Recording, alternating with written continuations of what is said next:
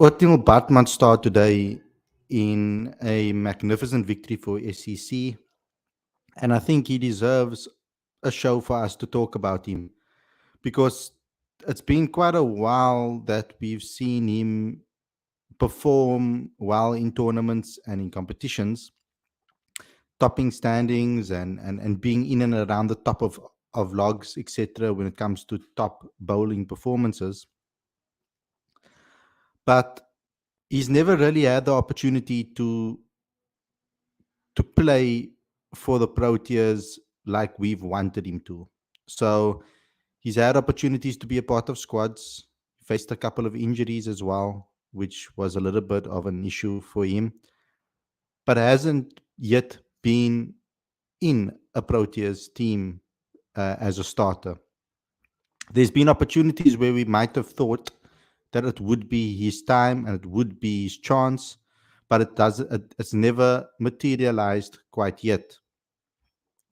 But when we're sitting here after an SA20 performance like he put in today, with Rob Walter's words ringing in our ears about how this particular tournament is going to give players a chance to put up their hand for the World Cup squads, we can't ignore the performances from Ottniel Bartman so far this season.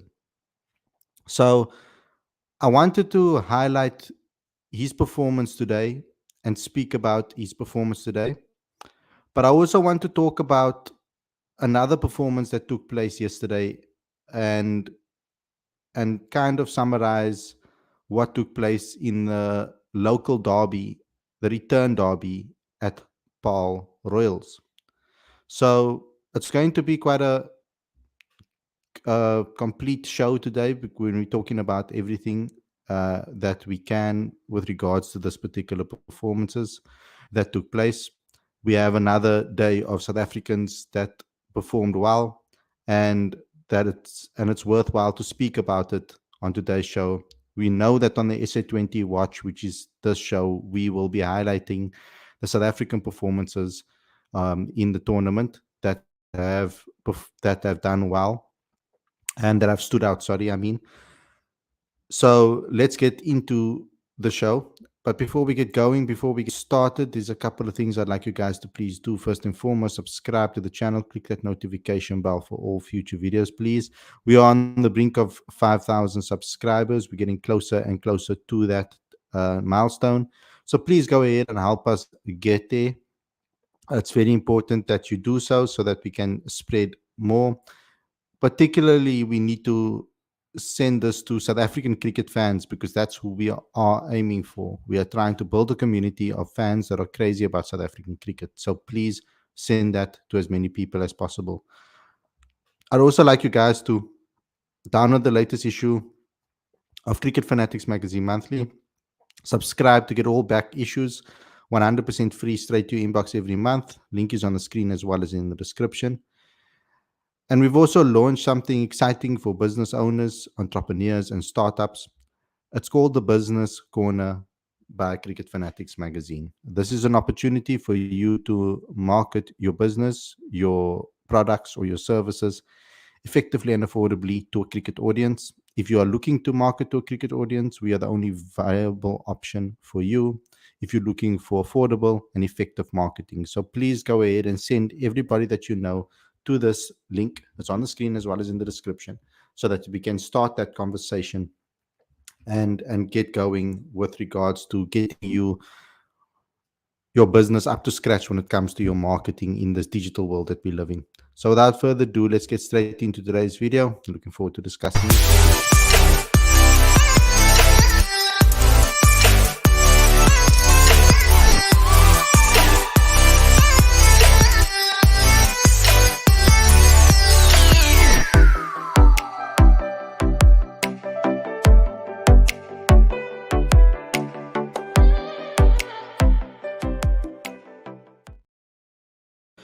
Very good evening. Welcome to Cricket Fanatics Magazine. This is your daily show, your SA20 Watch. I'm your host, Khalid, and this is the show where we talk about everything that has happened from a South African perspective in the SA SA20. Now, it's quite a remarkable game that took place, a shocking game that took place in Gqeberha between the defending champions, the Sunrisers Eastern Cape, and the Pretoria Capitals.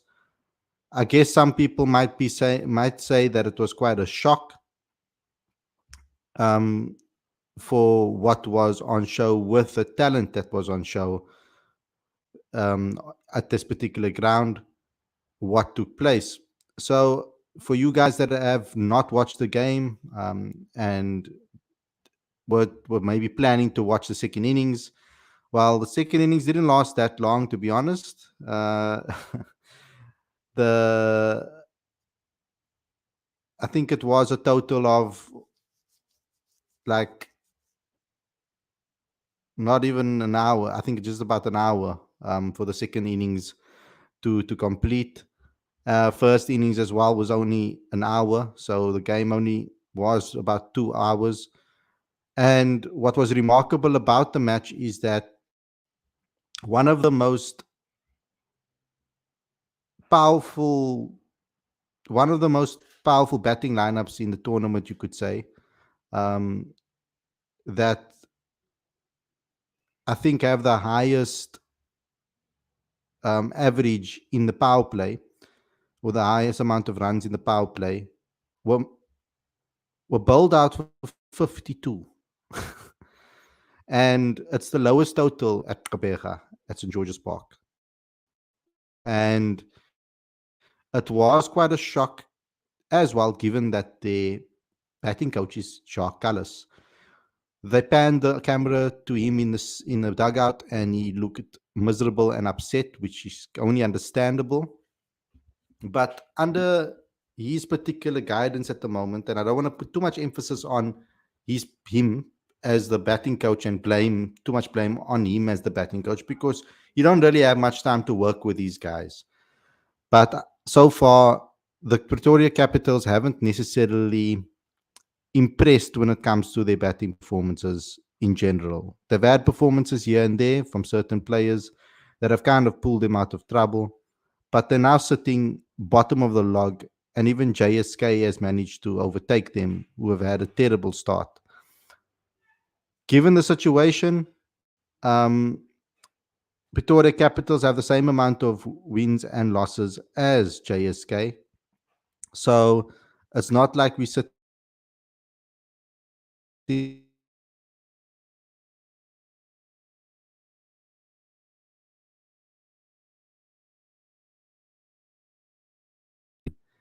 in 5 games, and they're sitting bottom of the log with a minus 1.658 net run rate. So they're in big trouble at the moment, sitting at the bottom of the log. JSK obviously had one rained out game, so that affected them and their performances. But they did manage to get a victory recently that maybe might turn their tournament around. But it was a terrible performance from Pretoria Capitals today. There's no one to really speak about. Phil Salt and Will Jacks got off to a small start. Got 25 runs on the board in 2.6 overs, and they were looking like they were going to do what they have been doing. But unfortunately, wickets just started to tumble right through. After them, there was just single-digit scores right through the whole entire lineup. And this is a lineup with Riley Rousseau, Kyle Verreynne, Conor Ingram, James Neesham. So a very bad performance by them to be bowled out for 52. I didn't expect that. I knew that the wicket was good, and I knew that the wicket was going to be a little bit spicy from the pitch report and seeing the grass on the wicket. But I didn't expect them to be a 52 all-out wicket. But we have to give credit to Marco Jansen for his 2 for 11 in 3 overs.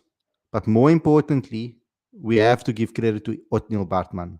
4 for 12 or 3.3 overs. An economy of 3.42, only went for 2 fours. No no balls, no wides. The lines and lengths that he bowled on this wicket, the way he put that ball in the dangerous spots on the pitch, that's what you're trying to look for from a bowler. When you want a bowler to perform at a high level, and when you talk about him as bowling as a high level, those are the things that I look for. I look for what is their accuracy and their consistency, and is their ability like to be able to get the best out of a wicket that aids them. Can they get more out of a wicket that maybe doesn't aid them as much? Those are the type of things that you like to see when it comes to bowlers. Now, Ottniel Bartman in this tournament so far, he has 8 wickets now in 4 innings. And we can all say that, I mean, it's good to see that South Africans have topped the bowling department, considering that there are a hell of a lot of talented bowlers in this tournament from an overseas perspective. So Ottniel Bartman's on 8 wickets at an economy of 8.25, so he's very economical as well. And now has a best of 4 for 12. Lazard Williams is on 9 wickets with an economy of 9.07, a little bit on the more of the expensive side out of the top three. And he has a best of 4 for 26. And Lungin Giri with one more match than the rest. He has, let's see something.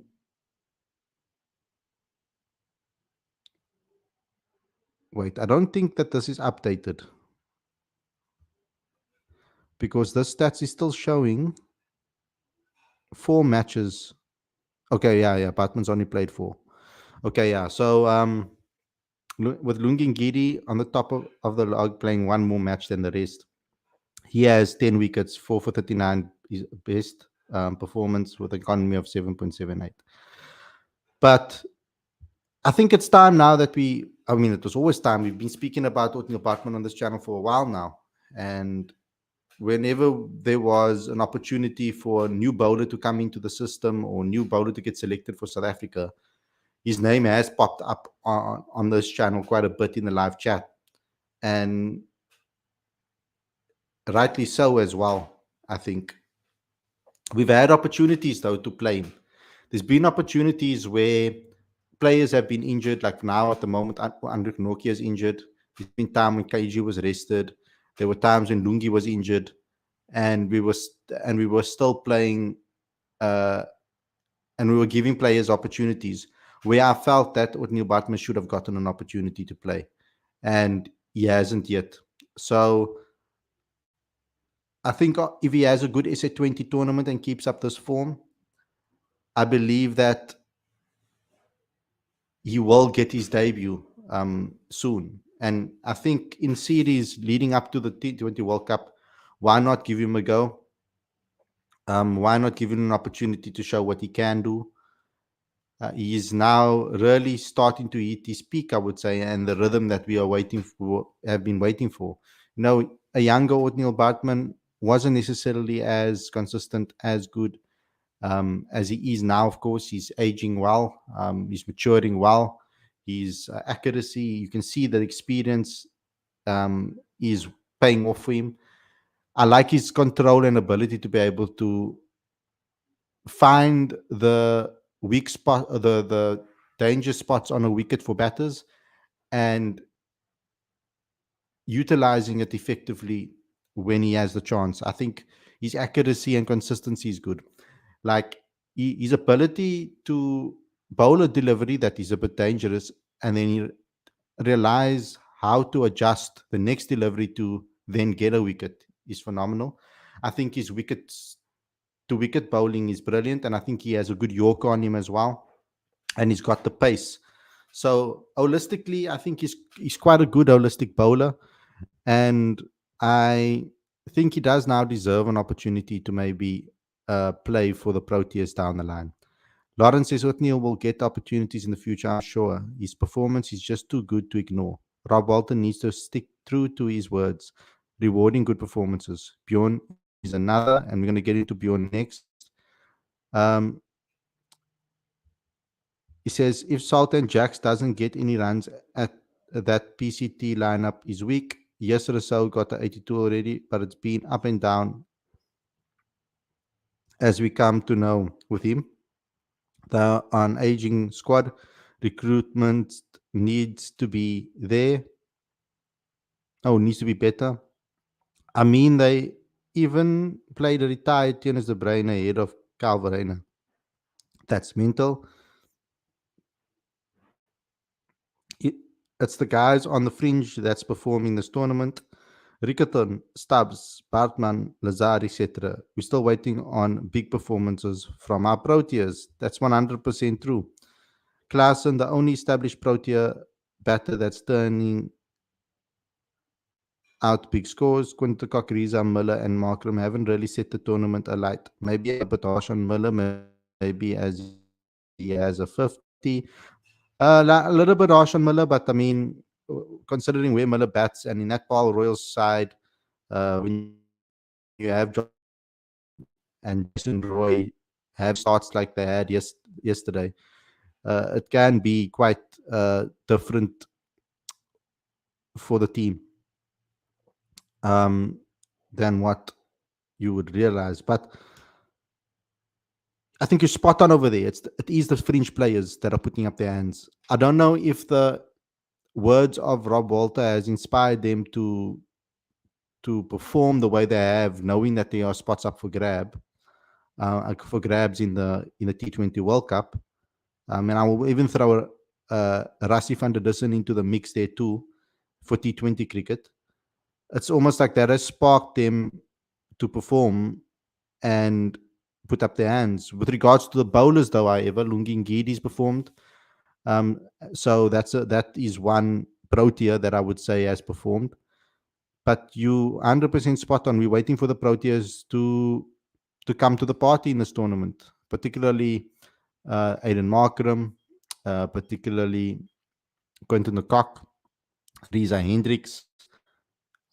So that is still what we're waiting for. I'm surprised we haven't seen Gerald Coetzee. I don't know if he's still if he's injured or what it is, but I'm surprised we haven't seen him, given the struggles of JSK. It's another team that looks like they are or they are relying on the more experienced players than the youth players in their squad. So yeah, I think it's brilliant for South African cricket from that we are seeing this talent, the fringe talent, take the limelight. I mean, even Jordan Herman with 100 over there.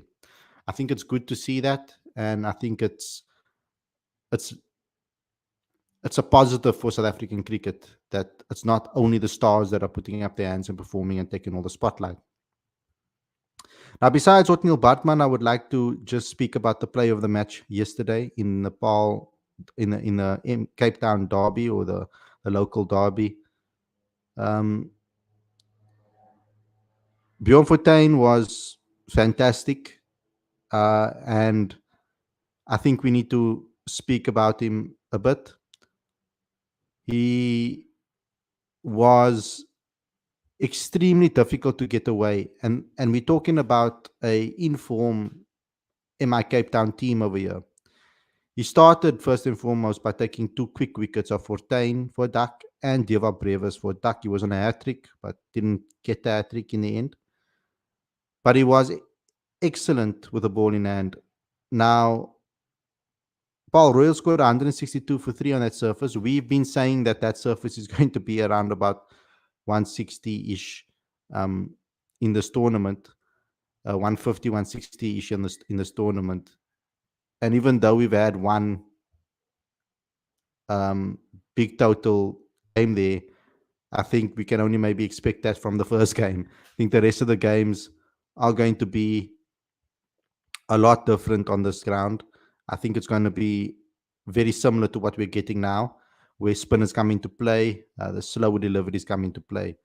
And I think that's something that we also need to take into consideration.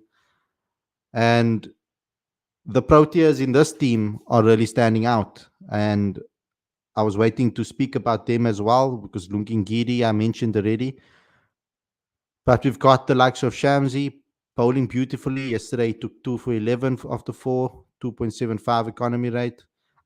Andile Pechlekwayo is up and down with his bowling. Certain games good, certain games bad. Very expensive yesterday though, 1 for 28 for 3.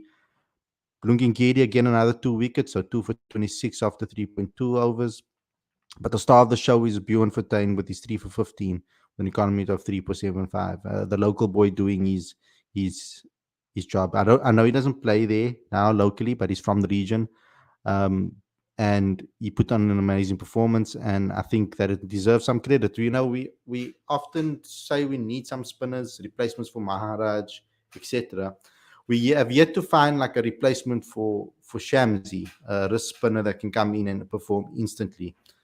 I'm not by any means saying that Kaber is ready, but Kaber is staking a claim for Division One contract, in my opinion, definitely. Um, if his team doesn't go up to Division One, then we could see an opportunity for. Sorry about that. We could see an opportunity for someone like Kaber get a Division One contract, perhaps at a team in the Division One. So he's a wrist spinner that we've seemed to have found, and there's spotlight on him at the moment. But there aren't many other wrist spinners that have put up their hands in general. It's something that we need to look for, uh, find a way on how to produce them. It is difficult in South Africa. I understand that with the pitches in South Africa at school level are not necessarily spinning conducive, and you're not generally going to find players that are going to say, "Oh, I want to be a spinner," particularly in our wickets at school level.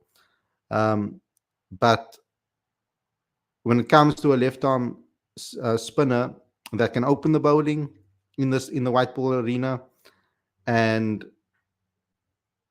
also take wickets at crucial times, that can hold his bat as well. He hasn't necessarily shown it in the top SA20 tournaments all the time or consistently. He's shown it quite a bit for the Lions, I would say. But if we're going to talk about the person that can come in for Keshav, if Keshav is not available, Bjorn is one of the first names on my lips when it comes to that replacement. So he's been doing it for a long time now, and his mentality is absolutely fantastic as well.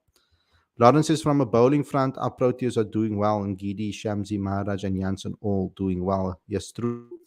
Janssen's bowling has been very good for SEC, a lot more consistent. And it was good to hear him speak before this game and mention that, and mention that,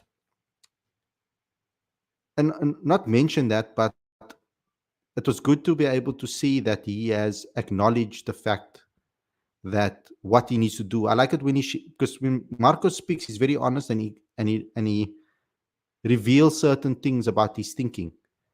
And in this particular game, before this particular game, he spoke about what you do on different wickets and how he has to change his lines and change his lengths and understand that, understand the pitch, etc. Which is a good thing to hear, that he, and at least he knows what he must do, and he has the right mentality on what he must do and how he must adapt. The one thing I do is, my only criticism of Marco Jansen has been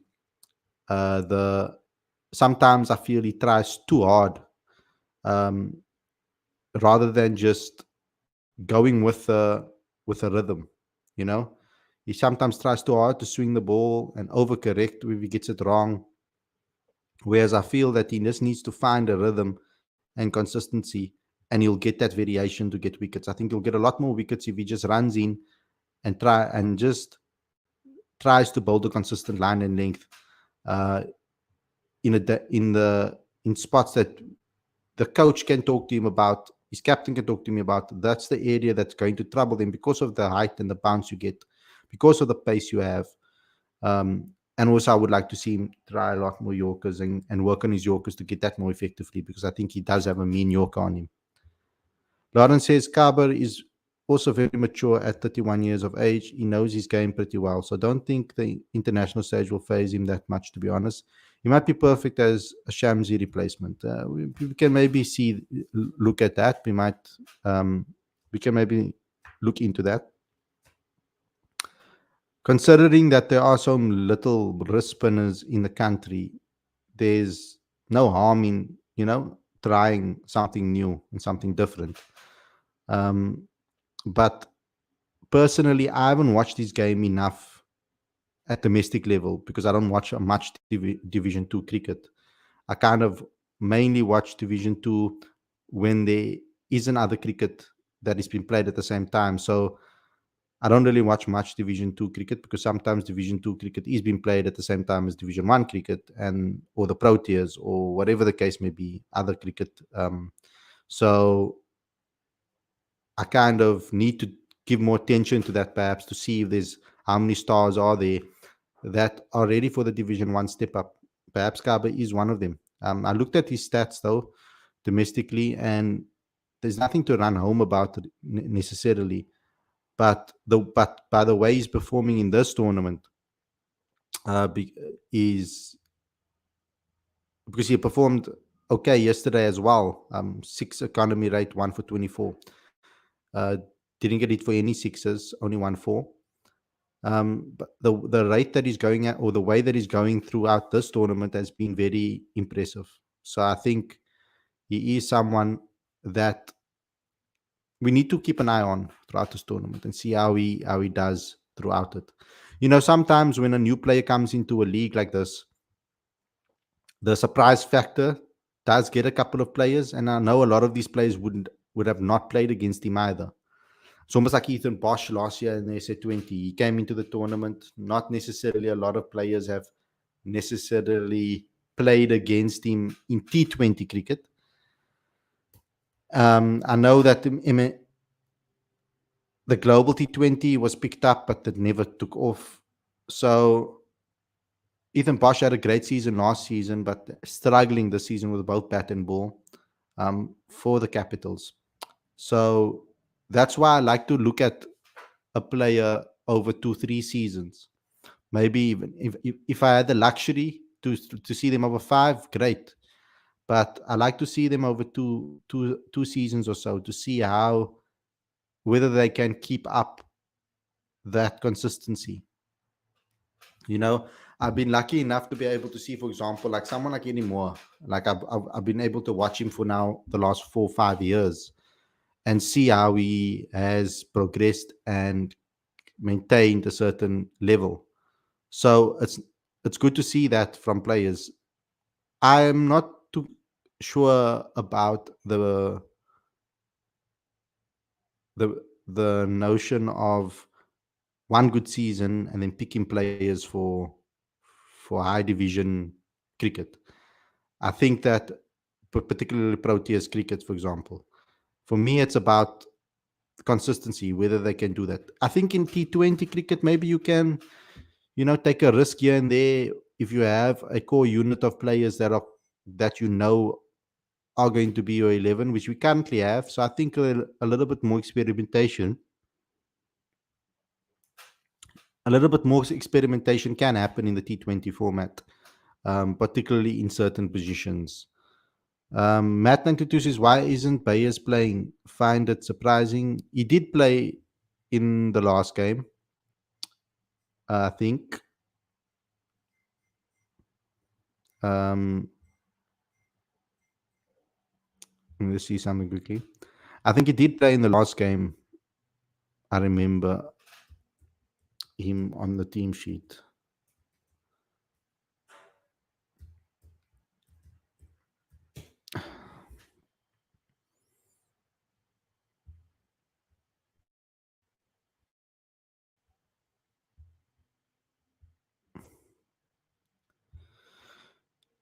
I think today the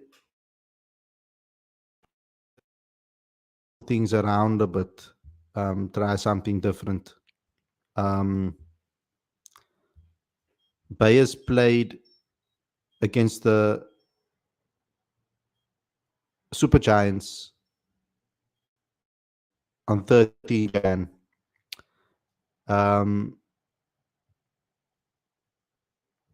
Yeah, and then they haven't played him since. In today's match, I think the balance of the side, they went for someone like Patrick Kruger in this particular game, and I mean, so I don't see why not. Um, he's a power hitter as well, big and play can bat anywhere in the middle order. So I think that's also something that to consider. And yeah, we've only seen Bayliss play one game in the SA20 so far. Bayliss Wonderpool, though, for me, I haven't seen enough T20 cricket of him.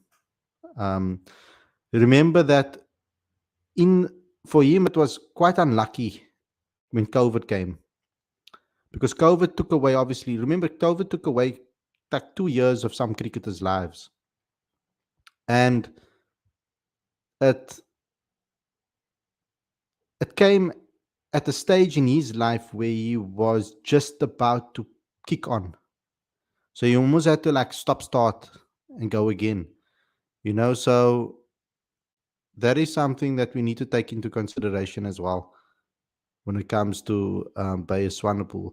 So I haven't seen a lot of his T20 matches. I mean, he's barely played any T20s. He's only played 12 matches.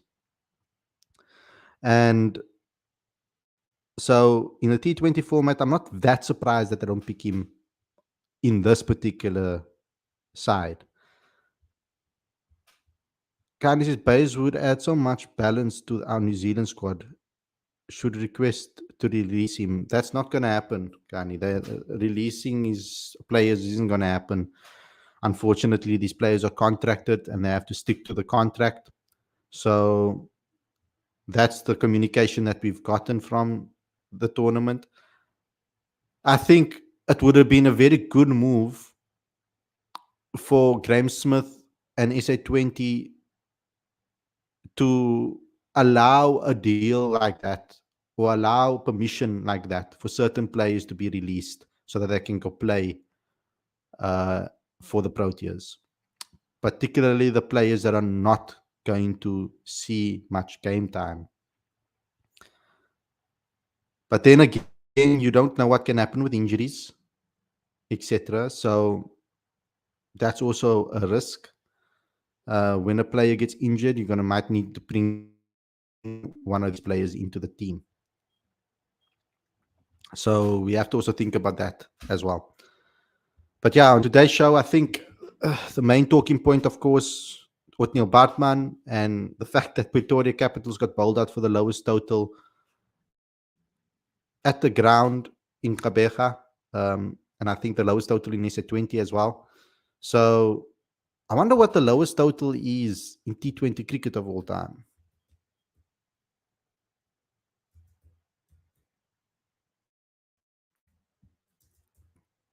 Let's see that quickly.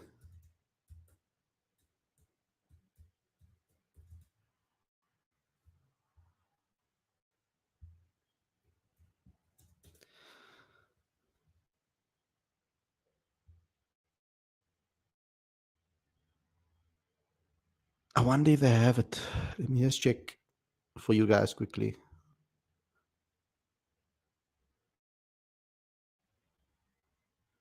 Yeah. Yes. Yeah. Isle of Man versus Spain, 10. We're even going to count that. Strikers in Sydney, okay, it's 15. So there have been a lot lower totals over here. This is not nearly as.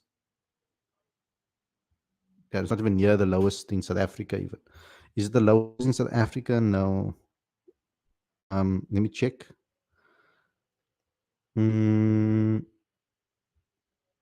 No, Benoni has the lowest. Mali versus Sierra Leone, 37. Yeah, Benoni has a lot. 39 years versus Mali versus Kenya. Potchefstroom has 44. Yeah, so it's not even close, but okay, it's the lowest in the SA20 at least. So yeah, great performance by SEC Ottniel Bartman, and yeah, like I said, I would like to see him get an opportunity in a Proteas setup quite soon. But anyway, guys, thanks a lot for tuning in. Hope you guys enjoyed the episodes. Don't forget to smash the like button, comment, share, and subscribe. Click the notification bell for all future videos. We're getting close to 5,000 subscribers, so please be sure to do so to get us there. Send to all the South African cricket fans that you know, uh, whether they are friends or family or colleagues, whatever. I would like this to obviously be the number one South African cricket channel in the country. So let's go ahead and help me on that dream and on that goal to get us to that levels. Anyway, guys, we will be going live directly after games are done. So just be aware of that and look out for the notifications. Because like on the odd occasion when a team gets bowled out for 52 and a team finishes a T20 match in 1.5, 2 hours, I'm gonna go live like the same time as I did today. So just be aware of that and make sure that you hit the notification bell so you know when we go live. But stay safe, enjoy the rest of your evening, and I'll see you again for another SA20 Watch Daily Show very soon. Peace out.